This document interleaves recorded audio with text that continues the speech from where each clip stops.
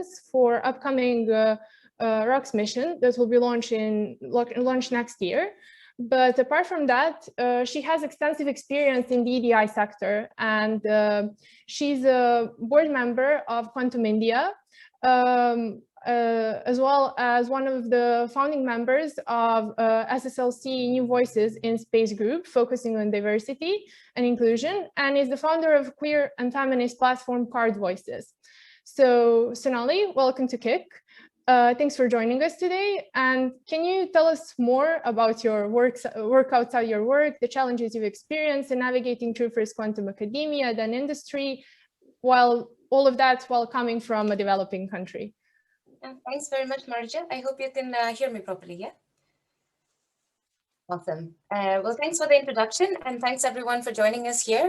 So as Marija mentioned, I'm Sonali. I currently work as one of the leads of the Space Quantum Technologies team at Craft Prospect, which is a space engineering company.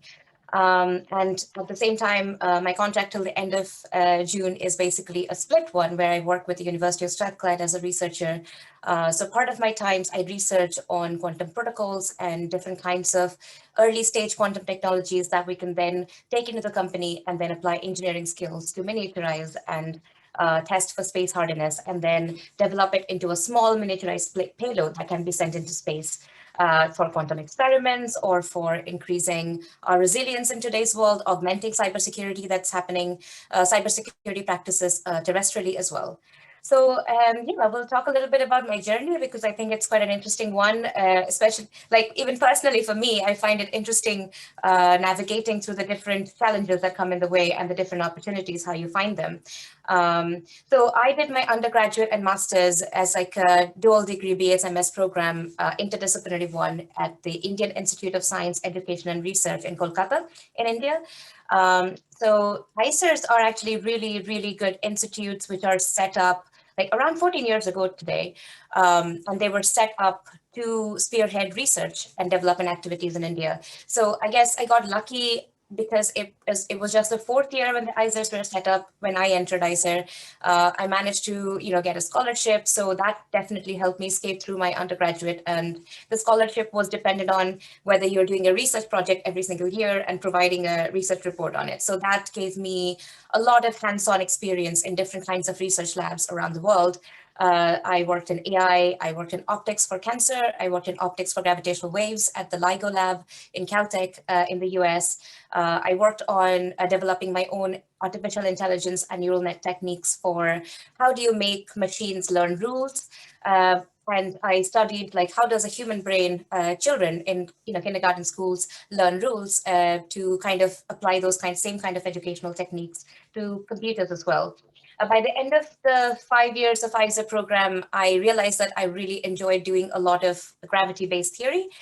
So I shifted to quantum gravity and did my master's project, master's research thesis on quantum gravity. I then got the opportunity to go to the Perimeter Institute of Physics in Canada, in Waterloo, which is one of the top institutes for theoretical physics in the world. And I went there to do my master's plus PhD, but after the master's program, it gave me a really good exposure to different kinds of quantum theory that's going on in the world and theoretical physics base. I did my master's again in string theory during that time, but it was super cold, minus 55 degrees Celsius during the polar winter in the year I was there. So I decided to kind of look for where other places did I have an offer from. And then I shifted to Brighton, to Sussex, where I did my PhD in effective field use of quantum gravity and fundamentals of quantum again. So during all of these journeys, I was leading some of the women in science, women in physics, those kind of groups in different universities. And one thing I realized was that as I went forward in my journey, I realized that I did not have a lot of knowledge on, or I did not have a lot of women role models in my exact subject matter. And At some point, I realized that if I seeked out those role models, they were there. There were amazing women all over the world and right next to me. But because of the bias that you already have in your head, because there's a huge gender skew, there's a particular kind of societal messaging that you take into yourself, that I was doing the same kind of practices that the patriarchy wants you to buy into its reward system. And I was thinking, oh, women can't be that, women can't be doing something interesting. But when you actually stop these kind of thinking in your own head, then you actually find that there's amazing people all over the world. And I started reaching out, and some of these women have been guiding me in my own personal journey as well. So I'm really thankful and grateful to them. After my PhD, I decided that because I did quite a lot of I enjoyed talking to people. I enjoyed practical work. I also enjoyed theory. So I wanted to find something in the overlap of different aspects of my skill. I looked around, started applying to a few places, got really lucky in Messaging Craft Prospect. They're a wonderful company who really care about diversity as well. We started talking about the kind of stuff that we can do in the space sector. And we applied for a fellowship at the University of Strathclyde so that we can create a kind of transformational position between industry and academia, where we bring in knowledge from the academia to industry, we take knowledge from the industry to academia. What I really like about today's, the where we are today in the quantum sector is that it has made translating different worlds a bit more easier than it was beforehand. And I think there's a lot of knowledge in both sides of the coin that we need to personally use for our personal development.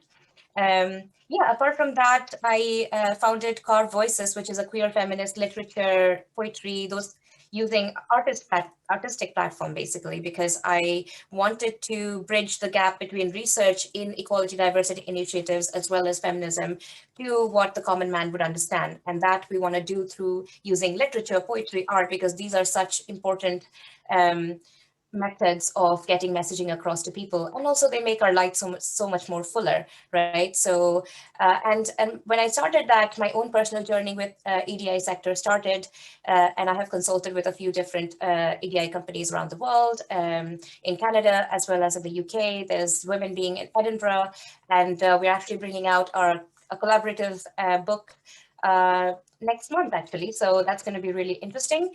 I also founded one of the founding members of the New Voices in Space group of the Scottish Space Leadership Council, because once I come to the space sector, I realized that the same kind of gender skew is still present in the space quantum sector as it was in doing high energy physics. And so basically the platform tries to visibilize all the opportunities for marginalized communities, and it also tries to visibilize profiles of people representing marginalized communities, because again, there's so much knowledge and amazing work happening in those kind of sectors. Yeah, I think that's basically been my journey, and probably I'll talk about a few more aspects of how we are doing all these things in the question answer session, I guess. Just to close it off, I want to also say that QIndia is one of the things that I'm a board member of, and I know that some of the other panelists are also involved in such kind of initiatives. And yeah, I would recommend everyone to go check out the website and see what kind of opportunities we can help you provide through the platform, basically. Thank you, Marija. Yeah, thanks, Sonali. That was really impressive. Our next panelist is Farai Mazhandu. He's the founding president at One Quantum Africa, which is the leading quantum tech community in the continent, which provides with virtual networking, member events, public summits, mentorship schemes, and so on. So he's also a co-founder of Bayat Quantum Technologies, which is one of the first quantum startups out of Africa that basically partners organizations to help them navigate through quantum spectrum and achieve advantage and realize value today through the adoption of appropriate quantum solutions. So Farai is currently based in Zimbabwe. Hi, Farai. Thanks for joining us. So could you tell us a bit more about your academic journey, the moment that motivated you start One Quantum Africa, challenges you have been facing in creating such a basically coherent community? Thank you very much, Marija, for the opportunity and for this event. It's really a joy to be here. So my story is also as interesting, I guess, and on reflection, it it is something that I can't imagine how I've been able to pull that up. But thanks to the community, and perhaps it will become apparent as I share about my journey. So I come from Zimbabwe. My first degree was in applied physics. Worked in industry for some time, and eventually went into teaching. Then at some point was involved in a bit of startup work, and for some reason I came back to academia, and this time around I just wanted to work on in an exciting field that had potential for impact.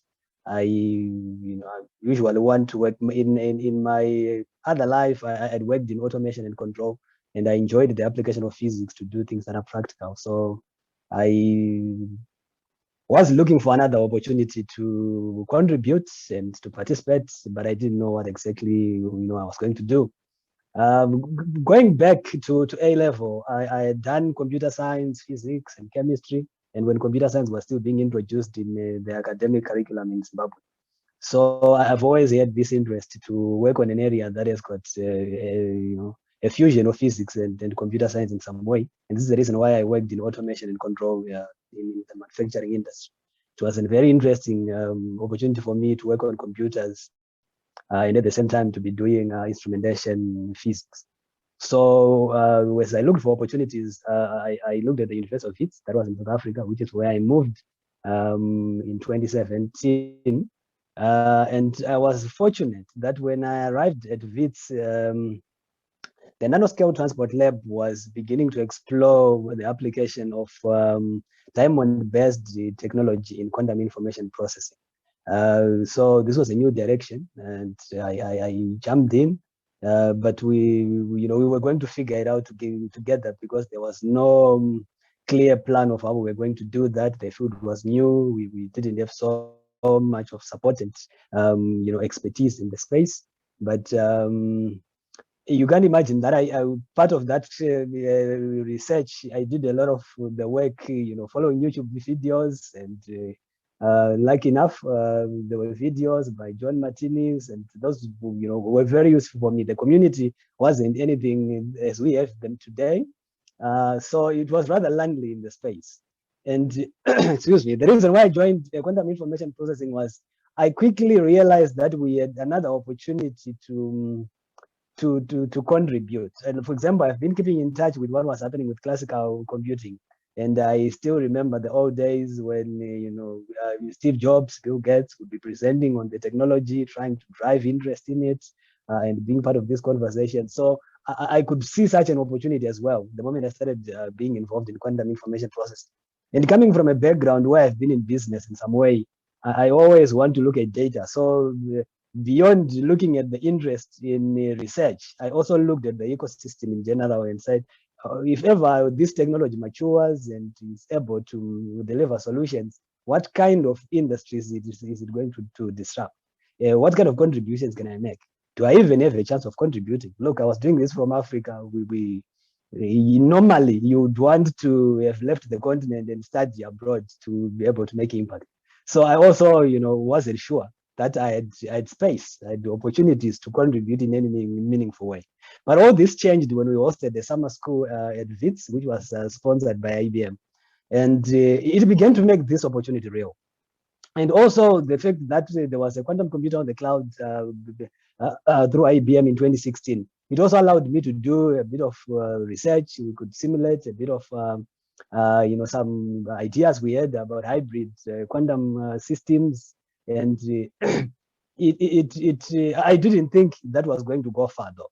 But well, we took advantage of those resources as they were available, and did our best.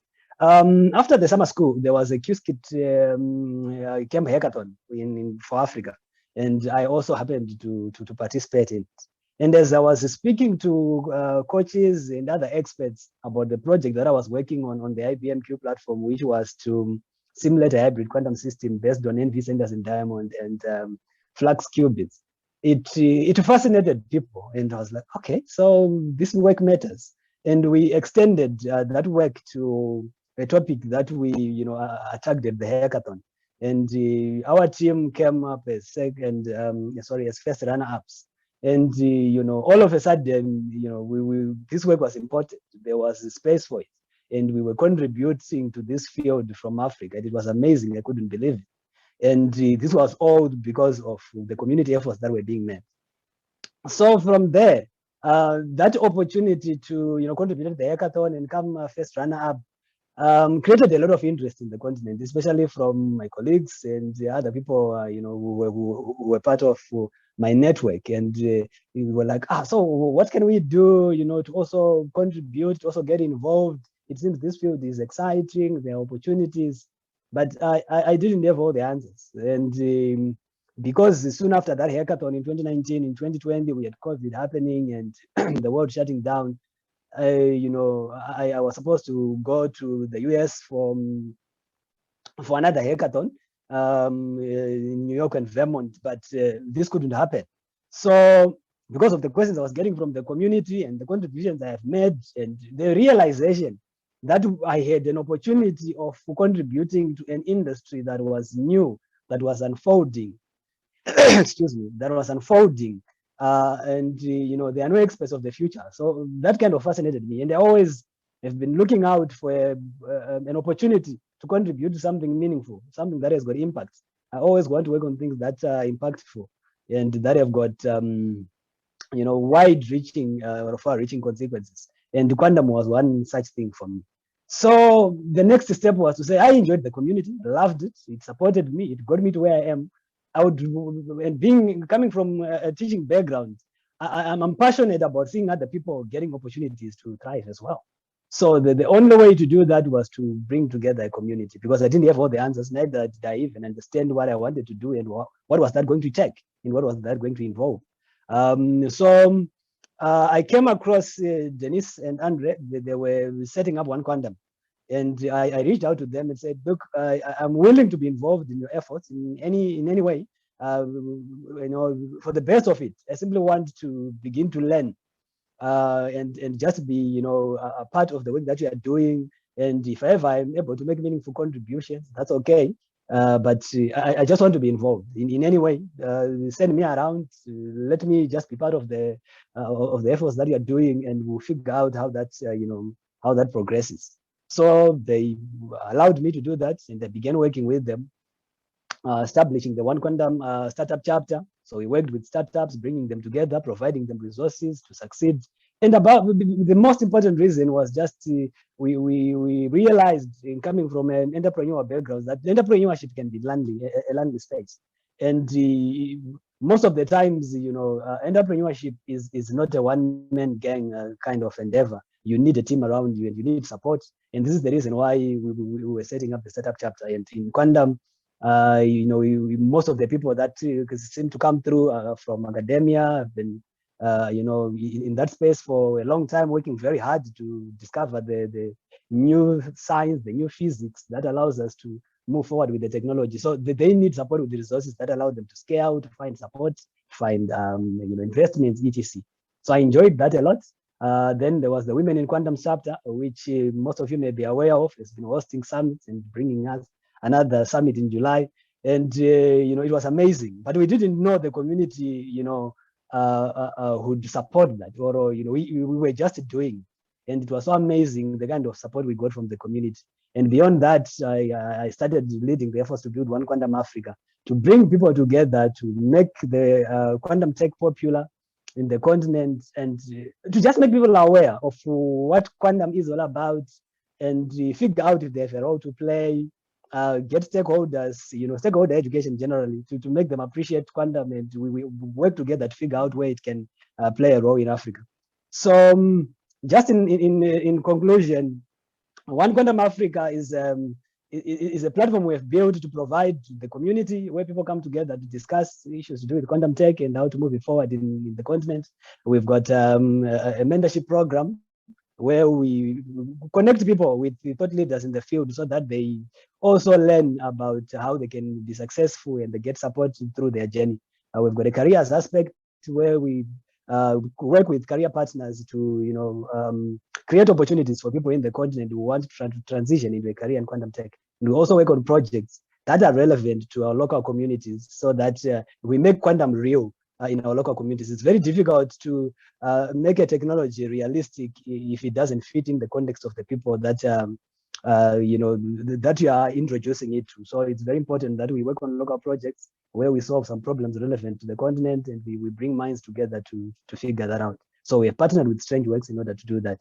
We also recently co-founded the startup, Vayete Quantum Technologies, which now helps governments and enterprises to figure out the role of quantum in their work, how to embed it, how to approach that, where value is being realized, who are the partners who are doing so well in the space, who are maybe the best partners, and we support them to realize value and to also help international players to understand the quantum tech ecosystem in Africa, because we think sometimes Africa is ignored, and it's not because of anything, but it's because there's not so much information that people are aware of from the continent, and we are filling that gap to bring everyone in the continent together, and it also connect everyone to the global community in quantum. Thank you. Yeah, thank you, Farai. That was really like some meaningful work you've done there. So our next panelist is Zeki Seskir. He's a PhD candidate in physics at METU in Ankara. He has master's degree in physics and science and technology policy studies. So Zeki is co-director of Q Turkey and a board member of Q World. So Zeki and I started our communication really by accident when the meetup group Quantum Serbia, which I co-founded, initiated joining the Q World organization that was founded, I think, like in late 2020, if I'm not wrong. So Q World is currently the only organization I'm aware of that is making its way through Eastern Europe, Balkans, and neighboring countries, which are quite specific in a way that awareness of quantum field is like quite low, of course, outside of the specific research groups. So Q World made first and I guess huge step forward, bringing the quantum literacy, so to say there. So Zeki, can you tell us a bit about your work within Q World, Q Turkey, efforts you're taking in Turkey, and how you actually manage, considering that you're, still doing your PhD, I guess? Hi, thank you, Maria. So actually, Q World is founded in May 2019, so it is a little bit older than what you think. Apologies. No. I think you're right. We started as, it's not we. So Q World started like this. In late 2018, there was a team at Riga, led by Abuzer Yakayılmaz, and they had this project called Q Drive. Like, we should get in a car with a couple of people, drive around in Eastern Europe, and organize introduction to quantum programming workshops. And since he was from Turkey, and in Turkey, I was also trying to organize a workshop, but we had no experts in the country. So Abuzer accepted to fly instead of driving to Turkey, and we organized the first workshop outside of Latvia in Turkey for Q World.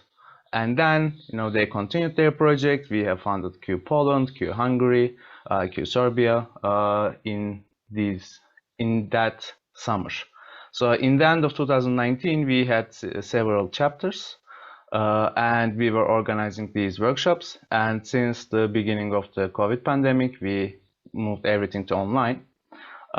So that actually allowed us to go more global, because otherwise you have to physically go to other places to organize these on-site events. And we have so what we do is we call Q cousins, these country chapters. For example, Q Turkey is a Q cousin, Q Mexico is a Q cousin, Q India is a Q cousin, but they're autonomous groups, because we don't want to have this central group. We want these countries or these local groups to do whatever they want, as long as it is in accordance with the code of conducts that we have, which means that all the workshops must be free of charge for the participants. You should be an NGO, it should not be a firm, you should be respectful, the usual stuff. And well, different than One Quantum. I mean, Farai and we know each other, and we have a good relationship. The difference between QWorld and One Quantum, I think they are complementary organizations because we focus more on the education and research aspect. They focus more on the networking and business and industry aspects, and we can collaborate. We are collaborating on certain issues as well. And I think you're right. Especially in Eastern Europe, there was this lower amount of quantum literacy, let's say, compared to Western European countries. But I hope that is changing slowly. Especially, I mean, in Turkey, we are going to celebrate our second year. Q Turkey was founded in May 2019, and since our founding, we organized 3 hackathons, around 20 workshops, and more than 750 people completed our let's say training. So in that sense, I think we are doing a good job in Turkey, and similarly in other Q-cousin countries as well. So personally, I also come from a physics background. I have, as you said, I have a undergraduate and master's degree in physics, but I was always interested in the sociology of the things, philosophy and economics. So I did the second master's degree in science and technology policy studies, which I was very lucky because the only program that was in our country was in my university, and I was unaware of this. So I was looking for this program, and we have this program in here, so I don't even have to leave the campus. And while doing that, I started that program in 2015, and in 2016 IBM opened their cloud platform, and after that I figured this thing will be an important thing for developing countries. We should do something on this, so I dedicated my thesis on what is going on in Turkey regarding quantum technologies, but also globally as well, not just Turkey. And I tried to develop these policy suggestions for developing countries depending on their situation. How can you get into this race in let's say if it is a race. I think that it is a little bit problematic to conceptualize it as a race, because that means there will be winners and losers, and there will not be that much room for collaboration. And 2 years ago, I finished my second master's degree. I'm still enrolled in the PhD program. As we talked earlier, I'm not really focused on my physics PhD, but I'm working full-time in the university as a lecturer and TA. And that also allowed me to be in connection with lots of students. And I saw the enthusiasm that they have for these new and developing technologies. They want to be a part of this so-called second quantum revolution. And through that, I think we are doing well in terms of raising quantum literacy and raising awareness, and actually allowing let's say undergraduate and graduate level students to get into this quantum journey. Yeah, thank you, Zeki. Yeah, I do think that you're doing really well, seeing what's happening in Balkans currently. So that's really a positive impact. So our last panelist is Shadab Hussain. He is a founder of Quantum Computing India and a full stack developer, data scientist, sorry. He has been creating a safe enough space to meet, learn from, and build with fellow quantum enthusiasts. And his research interests include, but are not limited to, deep learning, model explainability, the intersection of machine learning and quantum mechanics, applications of quantum machine learning in healthcare, and so on. So he's pursuing his master's degree in data science from Liverpool John Moores University. And in his dissertation, he's working on quantum-aided medical image diagnosis. So first of all, thanks for joining us. So can you please tell us a bit more about yourself, the reason why you actually chose quantum coming from non-quantum background, and the challenges you have faced and the quantum computing community you have built back home in India? Sure, Maria. Thanks for the invite, first of all, and it's a pleasure to be part of this panel. So like I come from talking about my background as such. So I don't have any physics background or quantum mechanics background as such. And as a full-time, I'm working as a data scientist. So when I was trying to enter in the field of quantum computing, that was quite challenging because you cannot move ahead in that field without knowing some of the basic concepts of quantum computing, like a few of the basic principles, understanding the physics and mathematical equations behind that, right?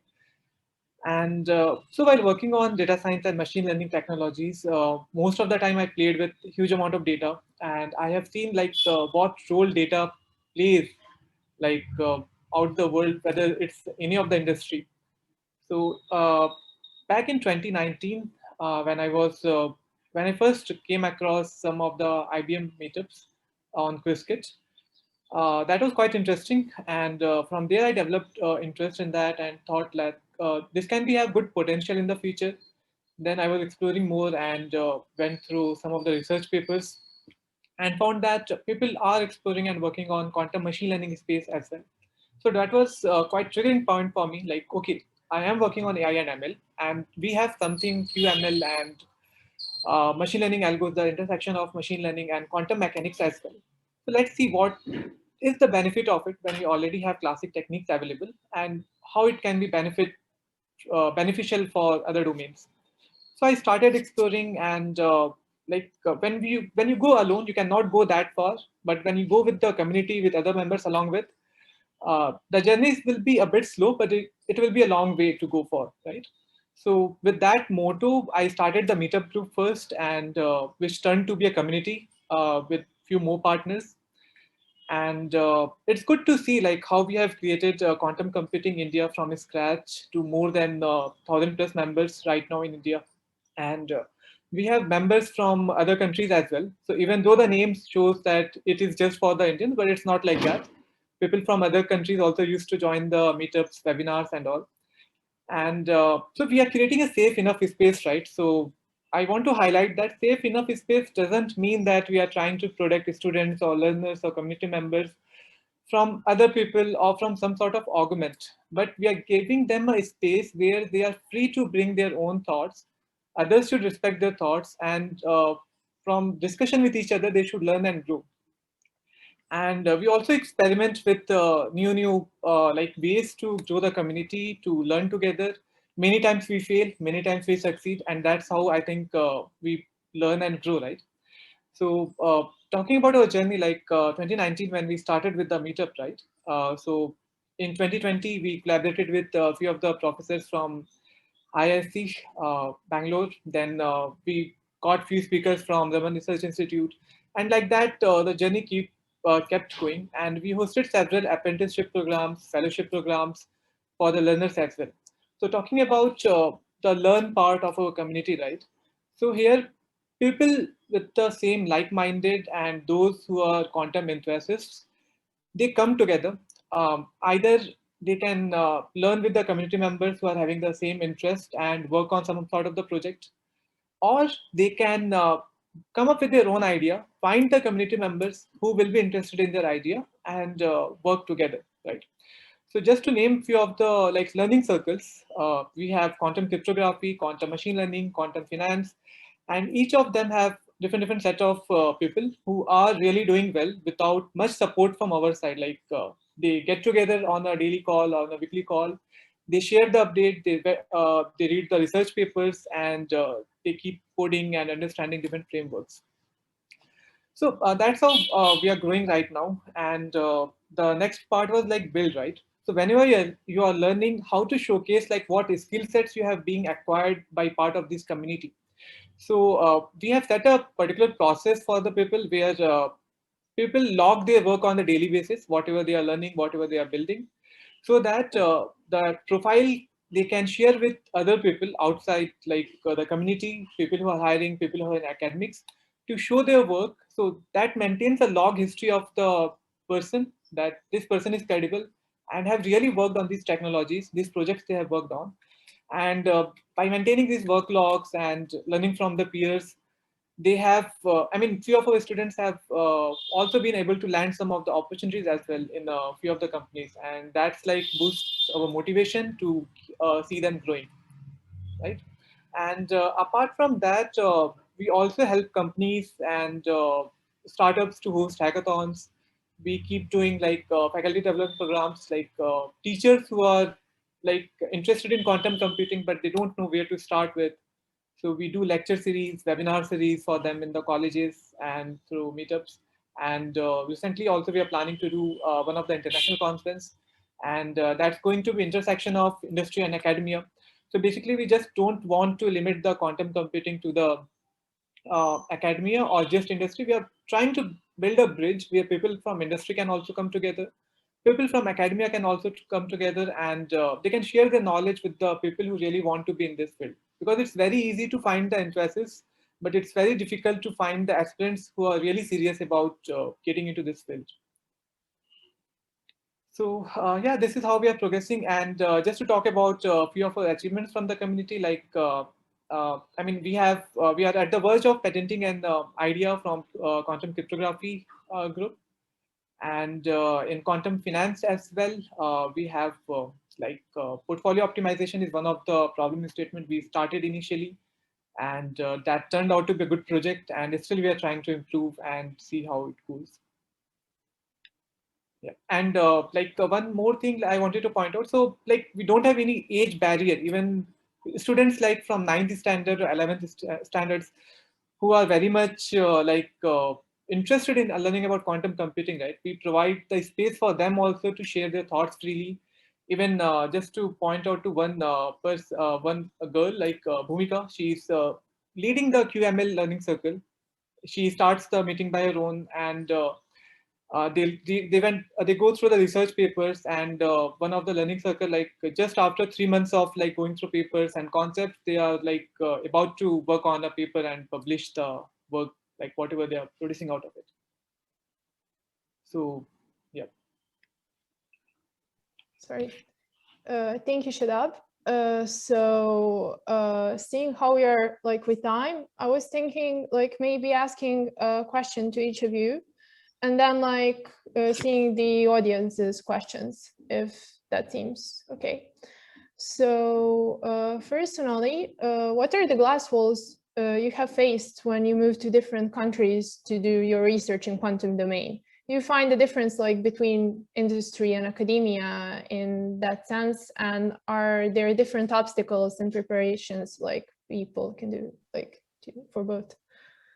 Thanks, Marija. That's an interesting question. I think obstacles like at different levels are quite different, and there can be like obstacles in personal side. There can be obstacles which are due to structural, how rules of an organization are, the policies are in place, what kind of policies they are, who has framed them, and also just in the actual applications of quantum, because it is quite a hard subject and a very cutting edge new technology.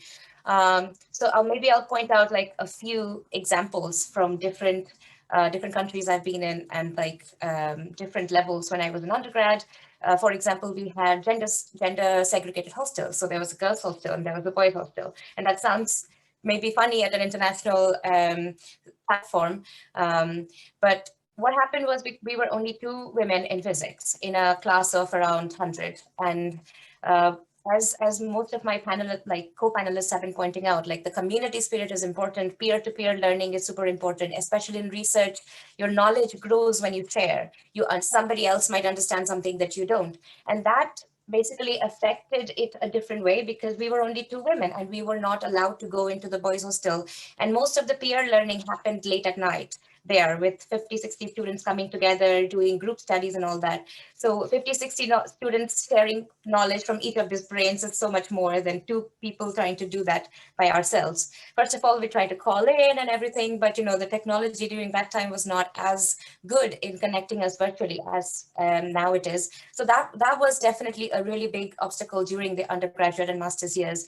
And there was also the assumption that automatically women go into doing biology or those kind of subjects, which is also great. Like, women can do all of that subject and also do physics. But then how it affected me was I thought, okay, so people started telling me, can you actually do physics and maths both? Because we took a major and a minor.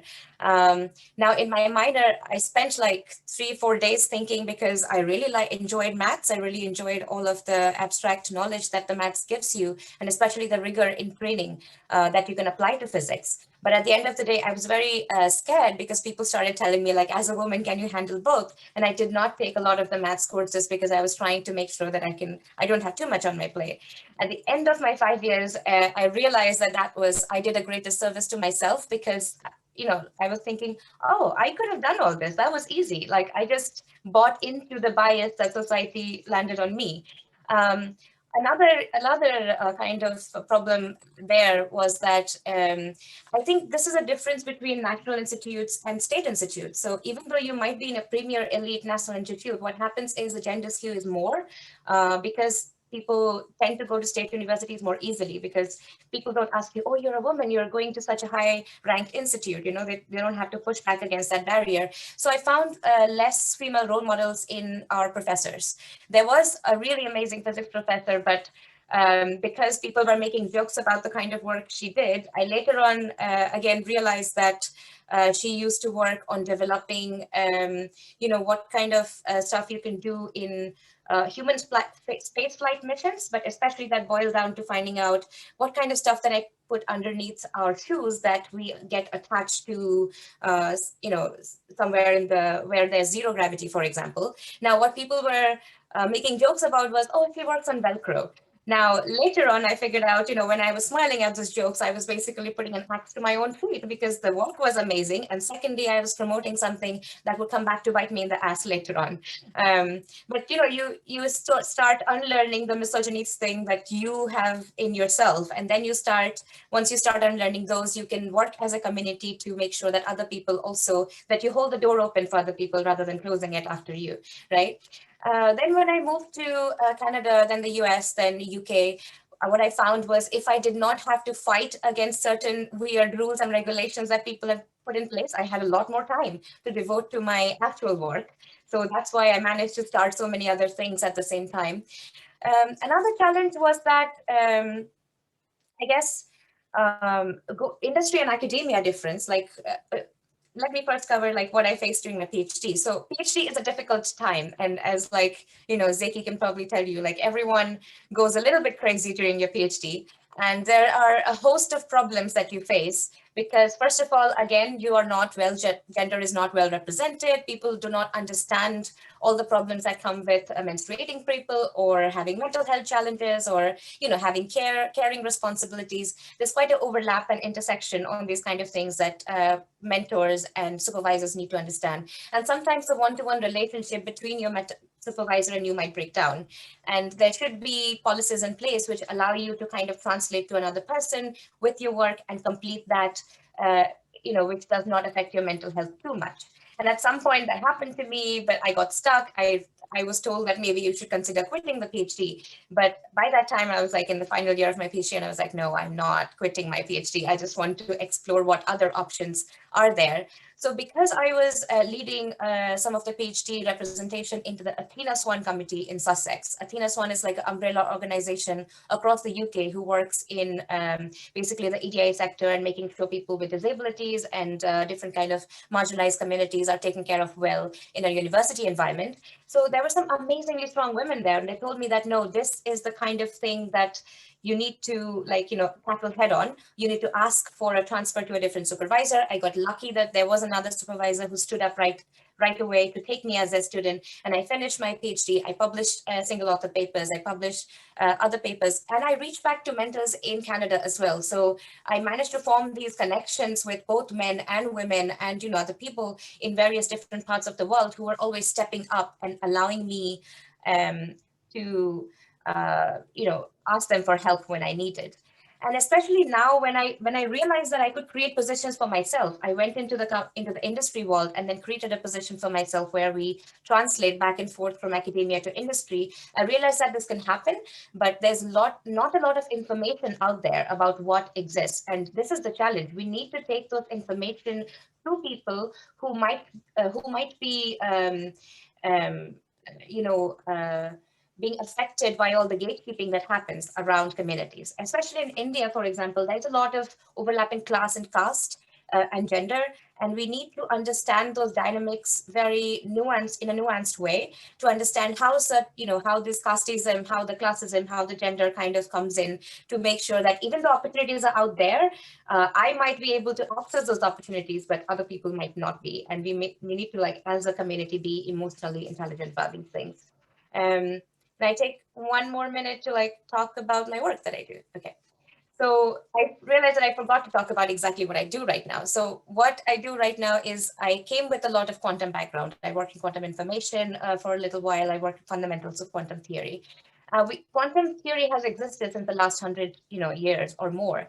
Now we are coming to the point when technology is kind of has come to the point where we can use the technology and apply those quantum theories to real life.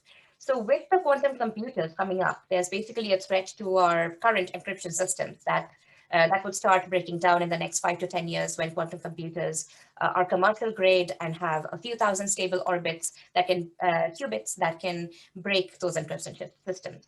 So what I do is currently quantum key distribution. So these are known as quantum cryptography techniques, where I encode information in single photons, and I want to communicate by sending single photons from me to somebody else who wants to communicate.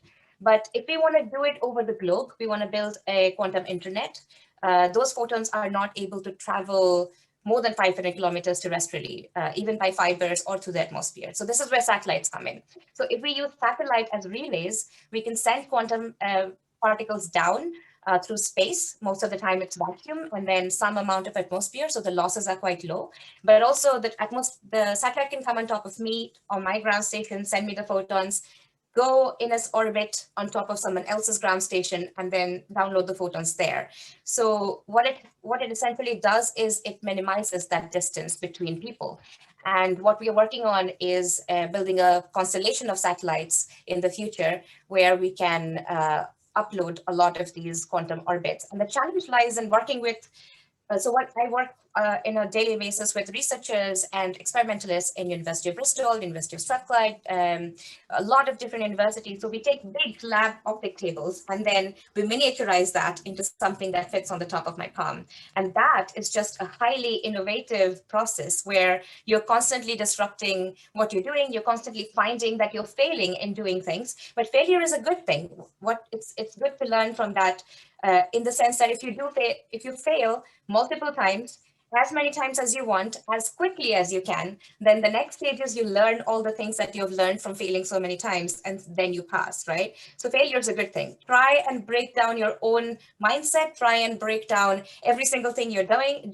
If you think you have a great idea, try and poke holes in it, is what I would say. And once you're sure that you have, bombarded it with as many missiles as you can, then you go into the next stage confident enough to go in your, path. And the second thing is just talk to people, as many people as you can, because people are more helpful than you think they are. Thanks. Yeah, thanks, Sonali. I think that's a great piece of advice, especially for PhD students that are now in, I guess, the beginning of their journey. It's really hard, sometimes to hurt your ego, I would say. So question for Farai. Farai, we are all aware that there are numerous online courses. There is Quantum in the Cloud and all the different sorts of learning sources courses and so on. So people usually do not know where to start or even what direction they should go in. So in that sense, what is the importance of building a community and creating an ecosystem? And do you think that we should first have resources, both in terms of learning and financially, or gather the critical mass that would actually help out creating those resources and try to keep them coherent if possible? Thank you very much, Marija, for the question. And it's a very important aspect of community building. Yeah, we've got a lot of lessons that we have acquired in doing that in the past year. And I can't imagine that one quantum turned 1 year. So it's been a fast one. What we have seen working in our case is a two-pronged approach, and it's doing it at the same time. Yes, you always want to have your everything else laid out, but communities are very interesting in that you want to allow them to morph and come together, you know, as you go. You can't prejudge what's going to happen. And it also limits the contribution people can make to shape a community if you try to understand a lot of the mechanics ahead of time. Of course, there is a structure that we have and that we think works, and we guide all the ideas in that structure, but it's not so rigid. I think, as Zeki mentioned as well, that fact of allowing a certain level of autonomy, because you are bringing diverse people together, and these people are very important, and they've got a lot to contribute to shape the community so that it works for everyone. It works for them, it works for everybody else who may want to join. And because we build communities that are open and open to everyone who is interested, not necessarily people in academia, or we don't have a prerequisites for what you have to look like and what you need to have achieved in order to belong to a community. So what we have done is to bring people together, and then from there we learn about the resources they need, and we also put those things together as we gather around conversations, begin to do stakeholder education, and you learn what is required, because you normally want to provide what is required by the order for it to be successful. So you don't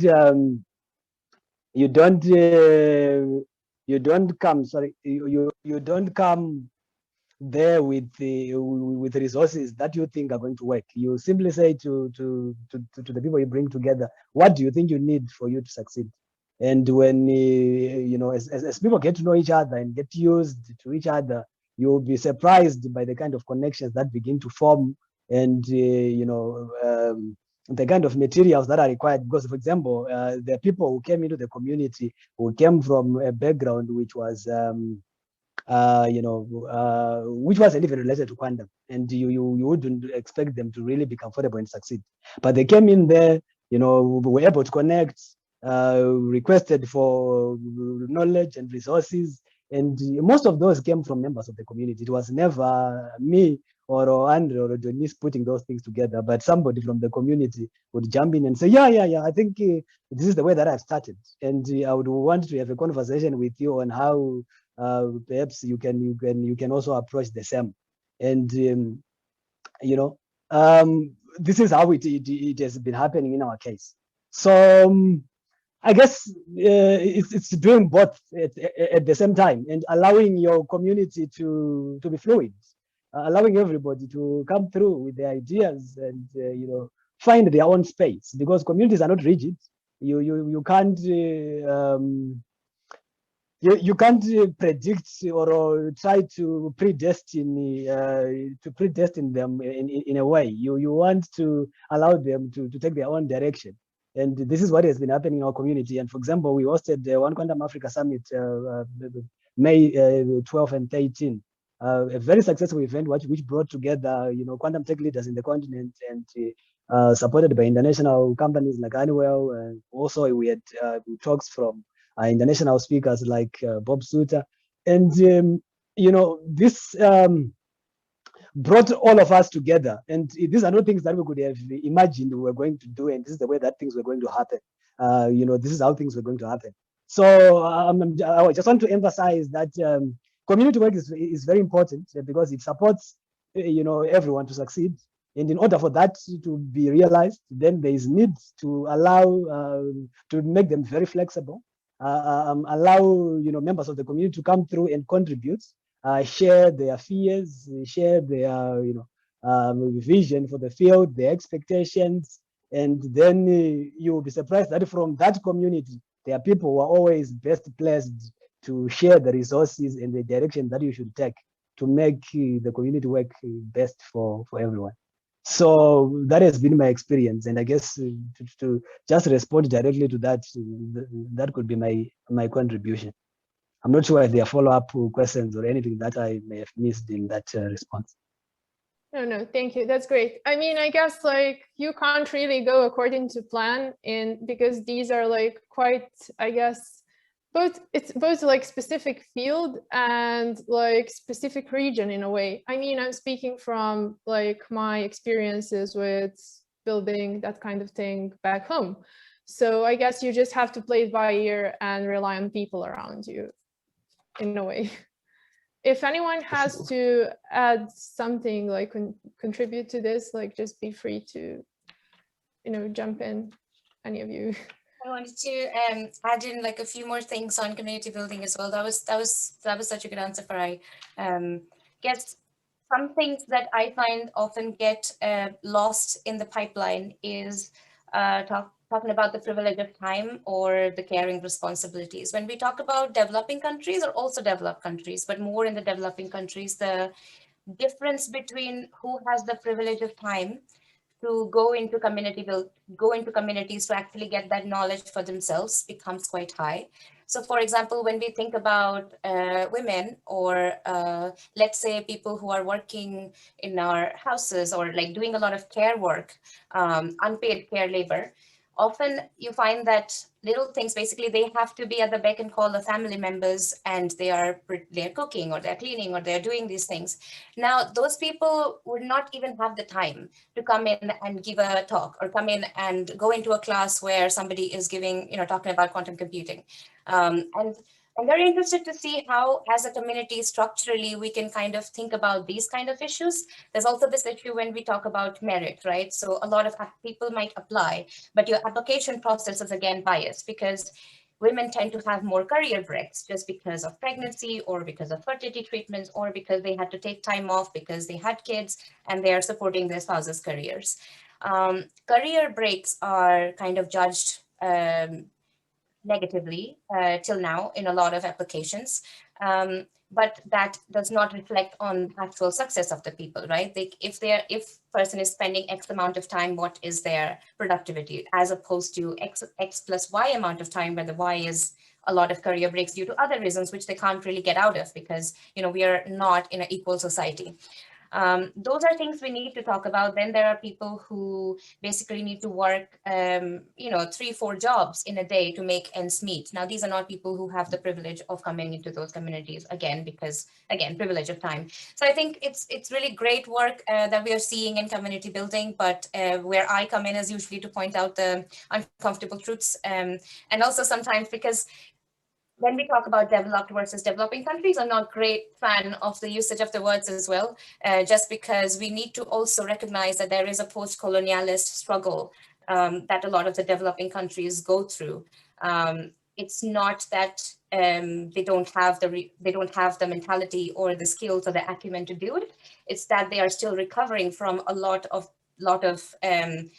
struggles and a lot of patching together the society that they need to do after it has been broken, right? After it has been kind of damaged.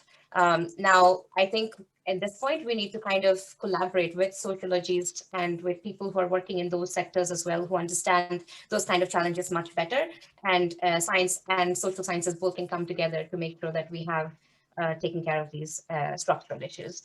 Just in the space sector, for example, I think again, like things change completely because India, being a developing country, has a very mature space program. ISRO has been there for centuries and ISRO does amazing work, whereas the UK space program is barely 10 years old and it's only starting right now to ramp up. So you can see how the usage of the word developed versus developing kind of gives you a bias that the UK space program is much better than India's, for example, but it's not the case. And the same could be actually true of quantum because there are so many people in India and they're doing so many amazing things, but just using the word developing kind of gives it the view that other people might observe it as that, the technology hasn't matured or people haven't done enough, while that is again not true. So we need to think about these kind of issues about how words are important in, how we are going and moving forward with these things. I just, wanted to add that one. Yeah, thank you.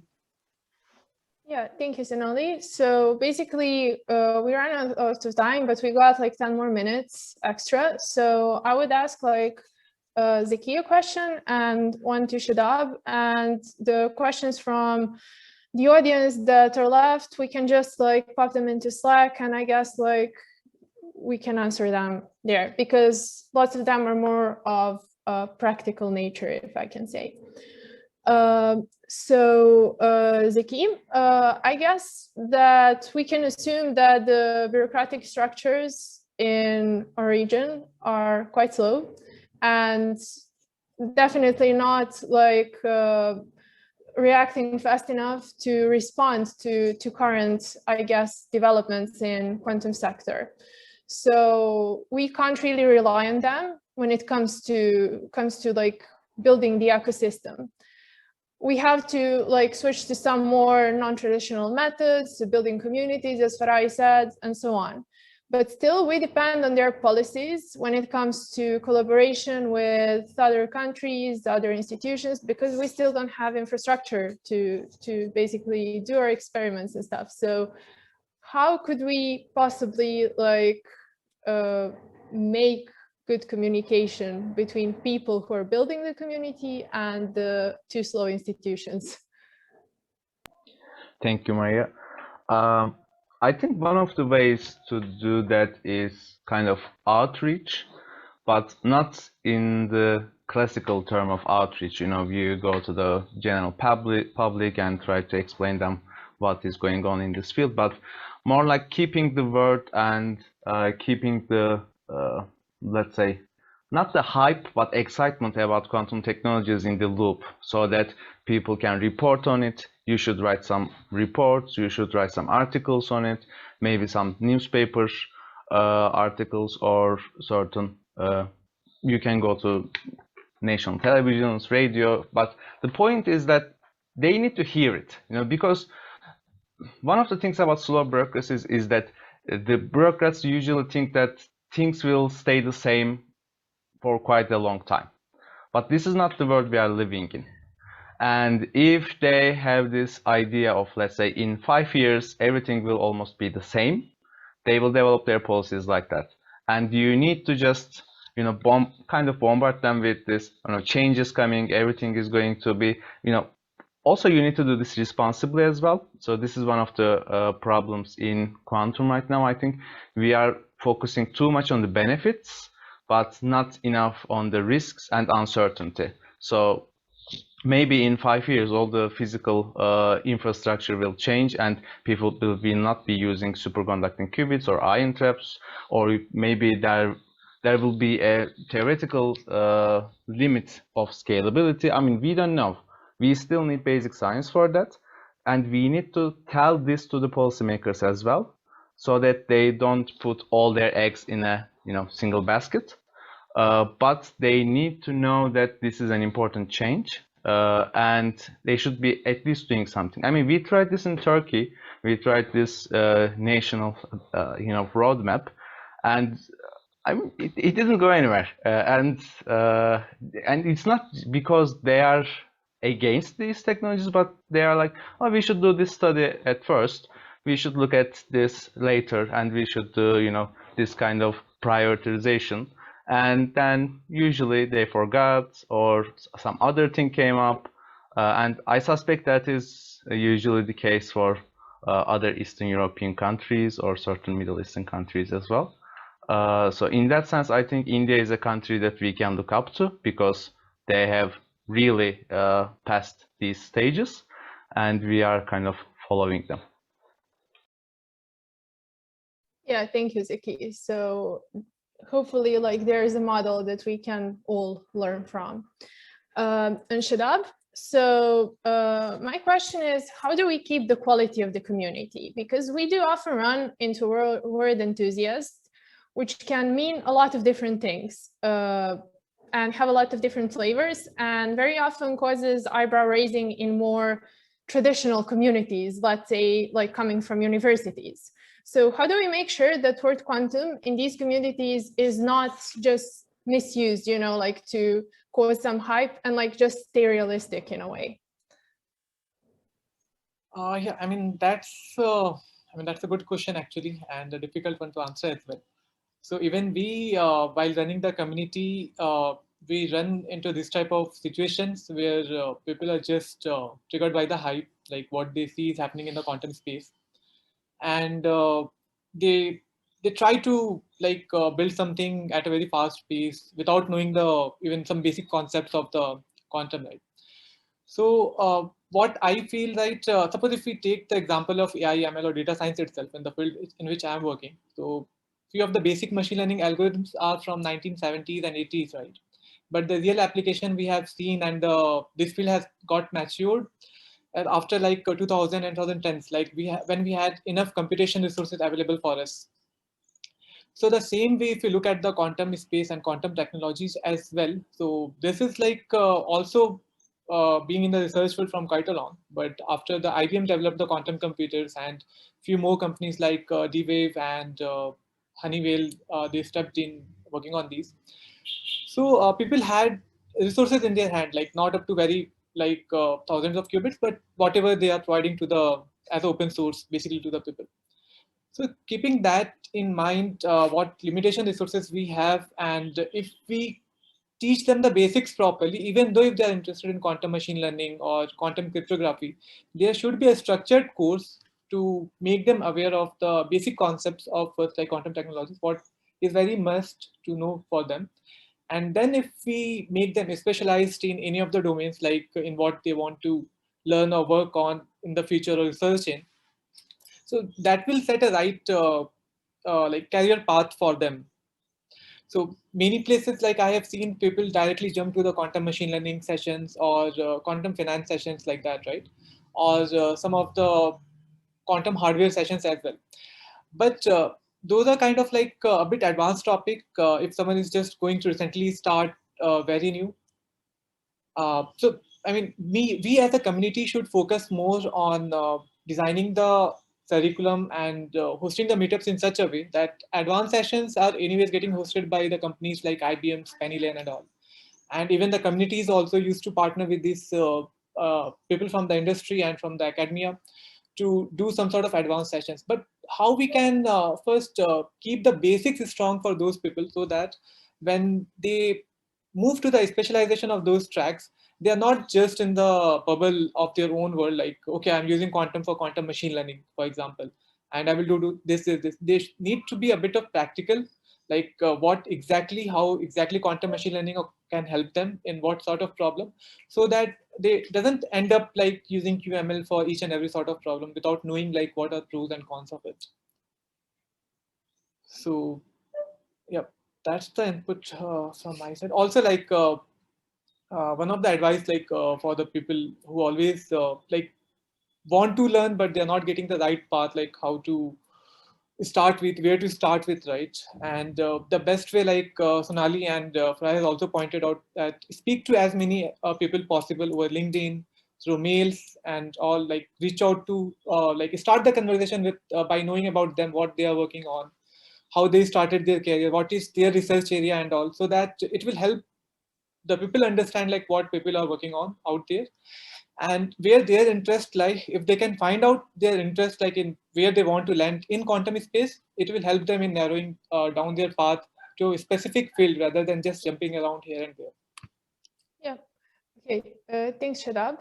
So we are now definitely like out of time, and I'm sorry for that, because like this discussion is really like started, and I hope like we can then like continue like with questions in Slack and so on. But anyway, like thank you all for joining today, and I really hope like these efforts you're all really putting in will be successful, and we are soon like have some regions with more, I guess, like developed ecosystems. So thank you and see you all. Bye. Thank you, Maria. Thank you, Maria. Thank you. Thank you, everyone. Thanks, everyone. It's great.